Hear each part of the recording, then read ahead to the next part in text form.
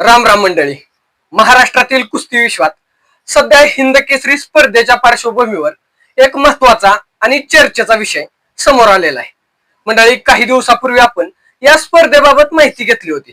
स्पर्धा कधी होणार आहे, कुठं होणार आहे आणि यामध्ये कोणते पैलवान सहभागी होणार आहेत याचा आढावा आपण घेतलेला होता. मात्र त्या चर्चेनंतर एक प्रश्न वारंवार पुढे येऊ लागला. तो म्हणजे महाराष्ट्र केसरी सिकंदर शेख हा पैलवान यंदाच्या स्पर्धेत खेळणार का, हिंद केसरी स्पर्धेत खेळणार का? या प्रश्नाचं उत्तर समजून घेण्यासाठी संपूर्ण परिस्थितीकडे नीट पाहणं गरजेचं आहे. मंडळी, हिंद केसरी स्पर्धेसाठीची निवड चाचणी नोव्हेंबर महिन्यात पुणे जिल्ह्यातील वडकी येथे पार पडलेली होती. ही निवड चाचणी अधिकृत होती आणि त्यामधूनच संघ निश्चित करण्यात आला.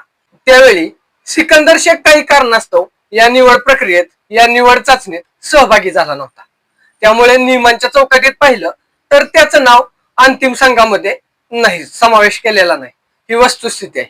आता परिस्थिती अशी आहे की मे महिन्यात सातारा येथे हिंद केसरी स्पर्धा होणार आहे आणि परंपरेनुसार किंवा संघटनात्मक पातळीवर बघायला गेलं तर एकदा निवडलेला संघ कायम ठेवण्याची पद्धत अनेक वेळा पाहायला मिळते. जर हीच पद्धत यावेळीही लागू झाली आणि नवीन निवड चाचणी घेतली गेली नाही तर सिकंदर शेख हा यंदाच्या स्पर्धेत उतरू शकणार नाही, हे जवळपास निश्चित मानावं लागेल. पण मंडळी, इथंच खरी चर्चा सुरू होते. कारण कुस्तीप्रेमी आणि कुस्तीच्या जाणकारांमध्ये या निर्णयाबाबत दोन ठाम मतप्रवाह दिसून येत आहेत. पहिला मतप्रवाह असा आहे की निवड चाचणी होऊन 6 महिने उलटलेले आहेत. या काळात अनेक खेळाडूंची कामगिरी बदललेली असू शकते. काही नव्या चेहऱ्यांनी स्वतःला सिद्ध केलं असेल. अशा परिस्थितीत पुन्हा निवड चाचणी घेणंच योग्य ठरणार आहे, जेणेकरून सध्याच्या फॉर्मनुसार सर्वोत्तम पैलवानांना संधी मिळेल. मंडळी, त्यांच्या मते स्पर्धेची गुणवत्ता आणि न्यायतेचा विचार करता हा पर्याय अधिक योग्य ठरणार आहे. तर मंडळी, दुसरा मत प्रवाह पूर्णपणे वेगळा आहे. त्यांच्या मते एकदा अधिकृत निवड चाचणी होऊन संघ निश्चित झाला असेल तर त्यात बदल करणं योग्य नाही. कारण पुन्हा निवड चाचणी घेतली तर आधी मेहनत घेऊन निवड झालेल्या खेळाडूंवर अन्याय होणार आहे. त्यांचा विश्वास आहे की नियम आणि प्रक्रिया सातत्यानं पाळली गेली पाहिजे, अन्यथा व्यवस्थेवरच प्रश्नचिन्ह निर्माण होईल.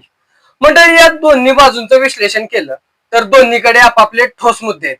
एका बाजूला सध्याच्या कामगिरीला प्राधान्य देण्याची गरज आहे, तर दुसऱ्या बाजूला आधीच पार पडलेल्या प्रक्रियेचा सन्मान राखण्याची फार मोठी जबाबदारी आहे. हीच गोष्ट या संपूर्ण वादाला अधिक गुंतागुंतीची बनवत आहे. मंडळी, आता सिकंदर शेख बद्दल बोलायचं झालं तर तो मातीतील एक अत्यंत ताकदवान आणि प्रभावी पैलवान म्हणून ओळखला जातो.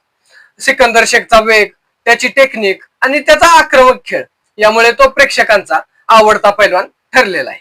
अशा दर्जाच्या खेळाडूचा स्पर्धेत सहभाग नसणं ही बाब अनेकांना खटकणार आहे. पण क्रीडा क्षेत्रात केवळ गुणवत्ता पुरेशी नसते, तर योग्य वेळी योग्य प्रक्रियेत सहभागी होणंही तितकंच महत्वाचं असतं. मंडळी, हेही या प्रकरणातून स्पष्ट होतं. एकंदरीत पाहता सध्याच्या परिस्थितीत जर नवीन निवड चाचणी घेतली गेली नाही तर सिकंदर शेख याचा साताऱ्यातील 52व्या हिंद केसरी स्पर्धेत सहभाग होण्याची शक्यता अत्यंत कमी आहे. मात्र हा मुद्दा केवळ एका खेळाडू पुरता मर्यादित नाही, तर संपूर्ण निवड प्रक्रियेच्या पारदर्शकतेवर आणि न्यायव्यवस्थेवर प्रश्न उपस्थित करणार आहे. आता अंतिम निर्णय संबंधित संघटना आणि त्या संघटनेच्या पदाधिकाऱ्यांच्या हातात असणार आहे. ते कोणता मार्ग निवडतात, स्थैर्याचा की पुनर्निवडीचा, यावरच या वादाचा शेवट अवलंबून असेल. पण मंडळी, एक गोष्ट निश्चित आहे, कुस्तीप्रेमींच्या भावना आणि अपेक्षा या निर्णयामध्ये महत्वाची भूमिका बजावणार आहेत. धन्यवाद.